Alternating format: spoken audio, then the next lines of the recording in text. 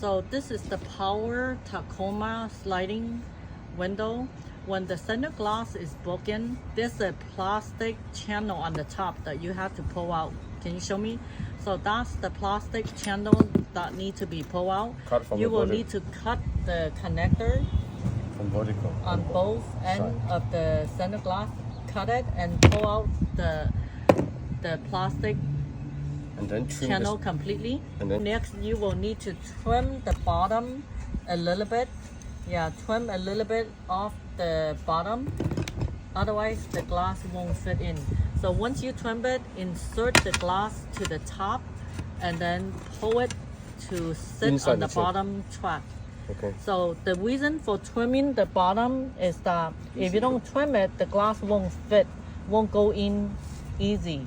So if you can trim a little bit like this, just a tiny bit, and then the glass will fit in.